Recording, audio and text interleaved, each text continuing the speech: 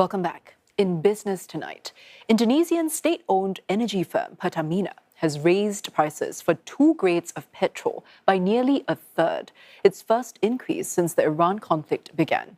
The government says the impact on inflation will be limited as subsidized fuel prices remain unchanged.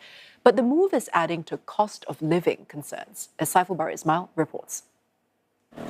The price of Pertamax, Indonesia's 92-octane petrol, has risen by 32% to 16,250 rupiah, or about 90 US cents per litre.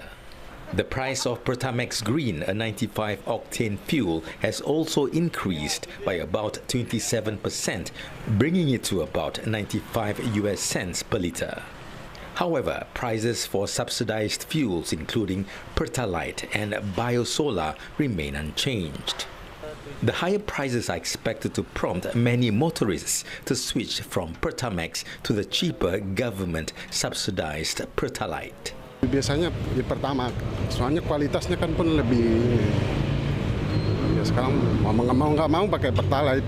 Dampaknya bagi saya sangat berat, apalagi dengan kondisi tarif yang belum sesuai sama harga BBM sekarang.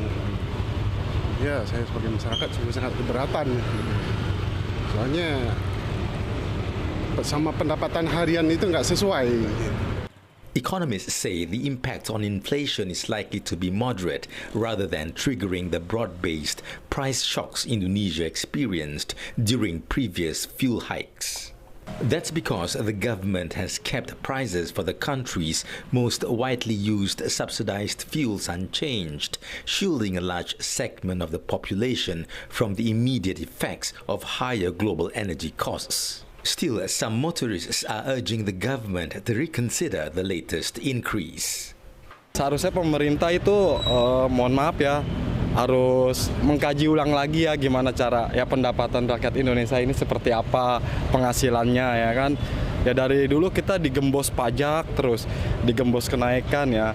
Seharusnya dinetralisasi ya gimana caranya buat lihat keadaan seluruh rakyat Indonesia ini sedang menjerit-menjeritnya ekonomi ya. This marks the third adjustment to non-subsidized fuel prices as the government grapples with rising energy subsidy and compensation costs. Authorities have warned that further increases in non-subsidized fuel prices may be needed if global crude oil and natural gas prices remain elevated. Lower-income households are expected to remain largely protected from the direct impact of the fuel price hike. The government has repeatedly assured the public that subsidized fuel prices will remain unchanged until the end of the year. That said, they may still experience some indirect effects, particularly if higher transportation costs eventually lead to increases in the prices of food and other everyday consumer goods. Saifulbahri Ismail, CNA, Jakarta.